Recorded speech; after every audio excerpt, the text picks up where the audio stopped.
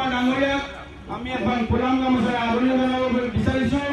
আদৰণি জনাব মুন্না পাইবন্ধা। প্ৰাঞ্জল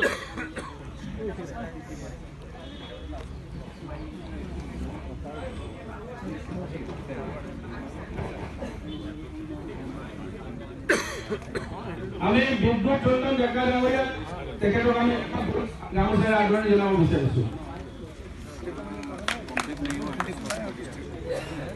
তাৰপিছতে আমি আদৰণি জনাব বিচাৰিছোঁ ডক্টৰ প্ৰসন্ন পাঠক ডাঙৰীয়াক। প্ৰসন্ন পাঠক ডাঙৰীয়াক আদৰণি জনাব জোৰমন বিশ্বাস। আমাৰ যি প্ৰাকৃতিক খেতি আৰু মিলেটৰ খেতিৰ ওপৰত প্ৰশিক্ষণ দিবৰ কাৰণে প্ৰশিক্ষণ শিবিৰ এটা আয়োজন কৰিছে। ইয়াতেই অসমৰ বিভিন্ন প্ৰান্তৰ বিভিন্ন জিলাৰ প্ৰায় 100তকৈ ওপৰ আমাৰ কৃষক আহিছে প্ৰশিক্ষণ গ্ৰহণ কৰিবৰ কাৰণে। তেখেতে মিলেটৰ ওপৰত প্ৰশিক্ষণ ল'ব। আমাৰ অসম কৃষি বিশ্ববিদ্যালয়ৰ কেইবাগৰাকীও সমল ব্যক্তি ইয়াত প্ৰশিক্ষণ প্ৰদান কৰিব। আপোনালোকে সকলোৱে জানে যে ভাৰতবৰ্ষৰ প্ৰধানমন্ত্ৰী নৰেন্দ্ৰ মোদী ডাঙৰীয়াই এইবাৰ মিলেট ইয়েৰ হিচাপে ইণ্টাৰনেশ্যনেল যিটো মিলেট ইয়েৰ পালন কৰি আছে আৰু প্ৰধানমন্ত্ৰী নৰেন্দ্ৰ মোদী ডাঙৰীয়াই মিলেটৰ ওপৰত বিশেষভাৱে গুৰুত্ব আৰোপ কৰিছে।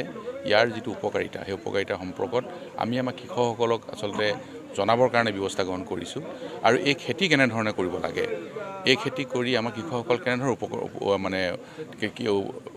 কৃষকসকলৰ কেনেধৰণৰ উপকাৰ হ'ব, এই কথাখিনি আজি প্ৰশিক্ষণৰ যোগেদি তেওঁলোকক আমি জনাম। তাৰ লগে লগে প্ৰাকৃতিক খেতিৰ ওপৰত গুৰুত্ব আৰোপ কৰিবৰ কাৰণে ব্যৱস্থা ইতিমধ্যে হৈছে। আৰু আপোনালোকে জানে যে এতিয়া গোটেই খেতি বিজ্ঞানসন্মতভাৱে কৰা হয়, চাইণ্টিফিক ৱেত কৰা হয়। আৰু বিজ্ঞানসন্মতভাৱে কৰাৰ লগে লগে তাত যিমানবিলাক সাৰ প্ৰয়োগ কৰা হয়, আমাৰ মাটি আজি ধ্বংস হৈ গৈছে, মাটিৰ যিটো গুণাগুণ সেইখিনি একেবাৰে ধ্বংস হৈ গৈছে। সেইকাৰণে প্ৰাকৃতিক খেতিৰ ওপৰত এতিয়া গুৰুত্ব আৰোপ কৰিবৰ কাৰণে বিশেষভাৱে পদক্ষেপ লোৱা হৈছে। আজি আমাৰ যিসকলে ইয়ালৈ প্ৰশিক্ষণ ল'বৰ কাৰণে আহিব, তেওঁলোকক প্ৰাকৃতিক খেতিৰ গুণাগুণ সম্পৰ্কেও কোৱা হ'ব। সেই খেতি কৰিলে আমাৰ কি কি উপকাৰিতা আছে সেইখিনি কথা কোৱা হ'ব। মানুহ নিৰোগী কেনেকৈ আমি হৈ থাকিব পাৰোঁ। কাৰণ এতিয়া আপোনালোকে দেখিছে যিমান খেতি হয় সেই খেতিবিলাকত ইমান ৰাসায়নিক দ্ৰব্য তাত ইউজ কৰা হয়, যাৰ কাৰণে মানুহৰ যি শৰীৰত বহু ধৰণৰ বেমাৰ আজাৰ হৈছে। আৰু সেইবিলাক নাইকিয়া কৰিবৰ কাৰণে কি আমি পুনৰ প্ৰাকৃতিক খেতিৰ ওপৰত আমি গুৰুত্ব আৰোপ কৰিব লাগিব। সেইখিনি উপকাৰিতা সম্পৰ্কত আজি আমাৰ সমল ব্যক্তিসকলে প্ৰশিক্ষণ প্ৰদান কৰিব। আমি আশা ৰাখোঁ যে অসমত বিশেষকৈ আমি এটা নতুনত্ব এটা আনিবৰ কাৰণে গৈ আছোঁ। এতিয়া সকলো মানুহে এতিয়া চাইণ্টিফিক ৱেত খেতি কৰাৰ ওপৰত এতিয়া এক্সপাৰ্ট হৈ গৈছে, কিন্তু আকৌ প্ৰাকৃতিক খেতি কৰিবলগীয়া হ'লে সেইখিনিৰ পৰা আমি আকৌ কেনেধৰণে আগবাঢ়িব লাগিব এইখিনি সম্পৰ্কত আমি এটা সজাগতা আনিবই লাগিব মানুহৰ মাজত। আৰু মিলেটৰ ওপৰত আমি বিশেষভাৱে সজাগতা আনিব লাগিব। কাৰণ মিলেট খেতি আগতে আমাৰ অসমত তেনেধৰণে হোৱা নাছিল, বা যিকেইটা খেতি আমাৰ কৰা হৈছে এতিয়া সেই খেতিকেইটাৰ ওপৰত আমাৰ মানুহে সেই খেতিখিনি কৰাৰ পিছত তাৰ পৰা কিমান প্ৰফিট হ'ব মানুহবিলাকৰ, বা আমি মানুহবিলাকক আকৌ সেইখিনি খেতি কৰিবৰ কাৰণে আমি মানুহবিলাকক যিহেতু সজাগতা আনিব লাগিব। আজি এওঁলোকে ইয়াত প্ৰশিক্ষণ ল'ব, এওঁলোকে গৈ আৰু 100জন মানুহক বুজাব লাগিব যে এইখিনি খেতি এনেধৰণে কৰিব লাগে, এইখিনি খেতি এনেধৰণে কৰিলে তাৰ পৰা এইখিনি আমাৰ উপকাৰিতা আহিব, এইখিনি হ'ল এইখিনি আমাৰ লাভালাভ হ'ব। এই ধৰণৰ কথাবিলাক আজি ইয়াত শিকোৱা হ'ব তেওঁলোকক।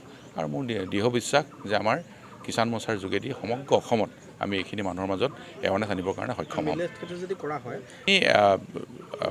ভাৰতবৰ্ষৰ প্ৰধানমন্ত্ৰী ডাঙৰীয়াই কৈছে যে মিলেটৰ ওপৰত গুৰুত্ব দিছে।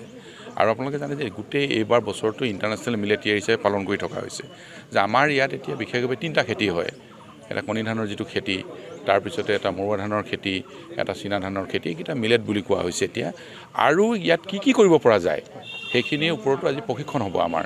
আৰু এইখিনি উৎপাদন হোৱাৰ পিছত আমাৰ সেই উৎপাদিত সামগ্ৰীখিনি বিক্ৰী কৰি আমাৰ কৃষক কেনেধৰণে লাভান্বিত হ'ব তাৰ ওপৰতো আমাৰ কৃষকসকলক আজি নিশ্চয় প্ৰশিক্ষণ দিব। সমল ব্যক্তিসকলে এইখিনি বুজাব। ইয়াৰ যিখন মাৰ্কেট, সেই মাৰ্কেটখন খুব ভাল মাৰ্কেট আছে। সেই মাৰ্কেটখন আমি ইয়াত আমাৰ কৃষকসকলক দিবৰ কাৰণে আমাৰ পদক্ষেপ থাকিব। অসমৰ মাননীয় মুখ্যমন্ত্ৰী মহোদয় এতিয়া 8খন জিলা লৈছে।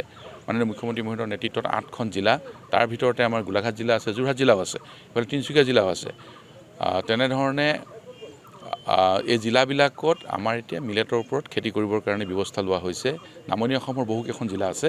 আৰু তাৰ পৰা উৎপাদিত সামগ্ৰীখিনি বিক্ৰী কৰিবৰ কাৰণেও আমাৰ মাননীয় মুখ্যমন্ত্ৰী মহোদয়ে চিন্তা চৰ্চা কৰিছে। এইখিনি ক্ষেত্ৰত অসমৰ কৃষকসকল লাভান্বিত হ'ব সদায়। এইটো ডিপাৰ্টমেণ্টে চাই আছে, কাৰণ এতিয়া আমাৰ যিহেতু ডিপাৰ্টমেণ্টবিলাক আছে আৰু যিবিলাক বস্তুৱে আমাৰ জনসাধাৰণৰ ক্ষতি কৰিব তেনেধৰণৰ বস্তুবিলাক এতিয়া বিক্ৰী কৰাৰ ক্ষেত্ৰত ডিপাৰ্টমেণ্টে বিশেষভাৱে চকু দিছে আৰু চকু দি থাকিব। সেইটো